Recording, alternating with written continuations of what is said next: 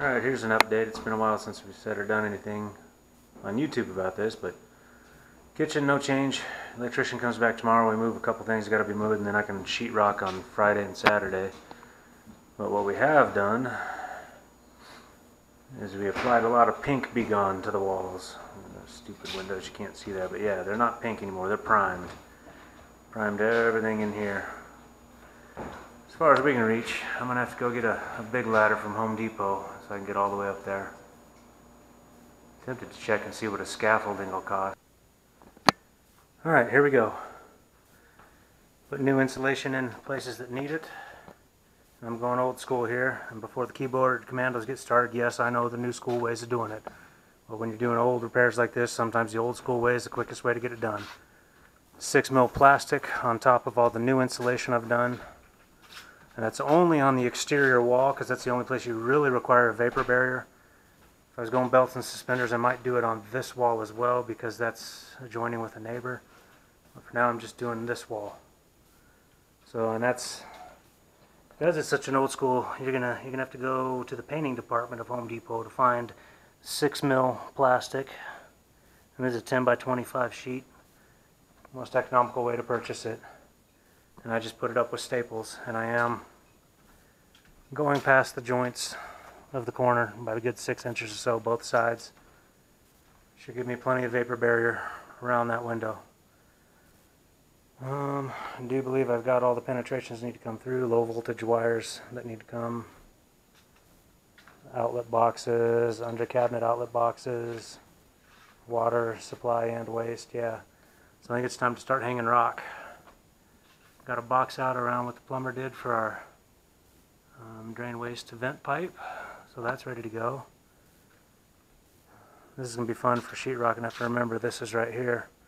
That's water line right there, and it's in as close to this side of the living space as possible, because you don't want that on the outside where it might freeze, which is what they had happen when they had the hose bib freeze on the outside of the wall here and damage all of their kitchen, and they didn't properly repair it. And that's why this project's going way longer than I wanted it to. And you notice I put a ton of insulation around everything they've done up there, both the spray foam stuff and the pink stuff. That was one of the last pieces of pink that I have. I'm not buying anymore. It's time to rock this thing. Need to get sheetrock on it, need to fire tape it today. Cabinets will be here on Tuesday, so I've got to have time to be able to prime it on Monday. Would like to take the family somewhere and go do something other than the house tomorrow, so it might be a long night tonight.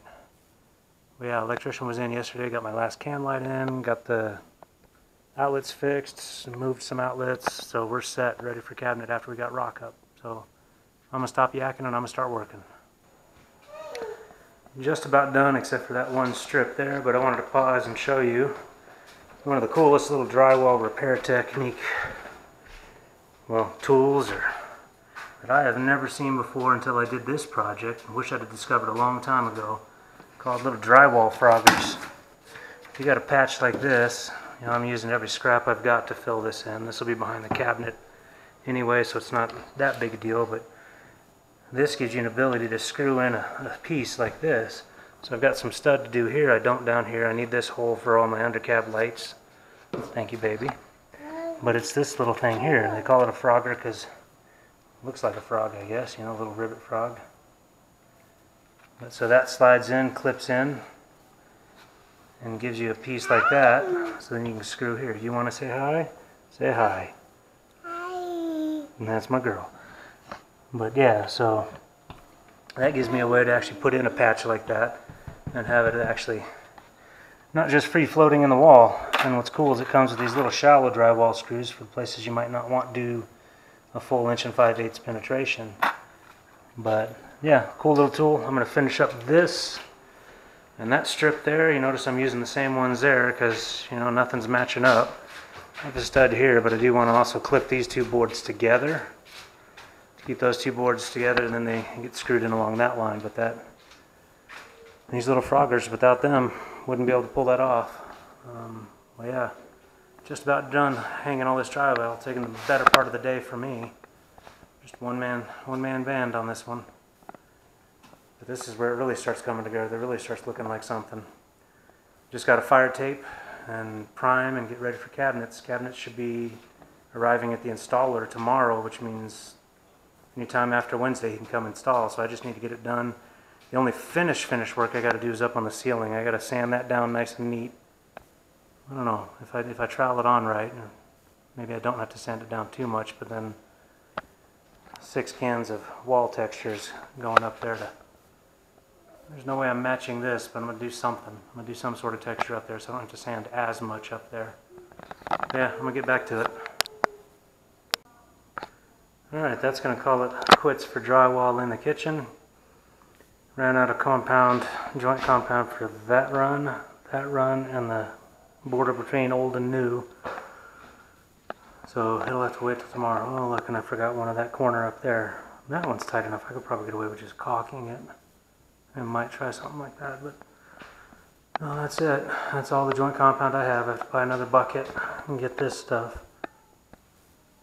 But that's where I'm going to cut this video off. That's drywall. Not too much different from what anybody else has ever seen. I do like that my plumber gave me an actual box and a mounting for the fridge water line supply. That I like a lot. But this is just going to be fire taped. It's going to be just as is, not going to be even mudded at all. You can see here, cabinets are here. They start right about here and go in. So I don't even have to worry about how pretty that looks or not. If cabinets are covered here, and then here on the backsplash will be tile. This doesn't have to be pretty. It just has to seal. It has to be sealed against fire. Well, it's called fire taping, but yeah, I've still got that whole line there. That's where we're at. About a week behind because tomorrow the cabinet maker is going to have the cabinets in his warehouse out of production and ready to be installed this week, but I got to push them off a week, which I hate doing that. I hate pushing the schedule at all, but I don't know. It seems like every little push on the schedule to the right means another month later that I'm going to actually be able to live in this place. But there it is. It's humid as can be in here because of all this drying joint compound. But yeah, there it is. Drywall in the kitchen, it's up. Things are starting moving pretty quickly here after this, so stay tuned for the next one. Thanks for watching.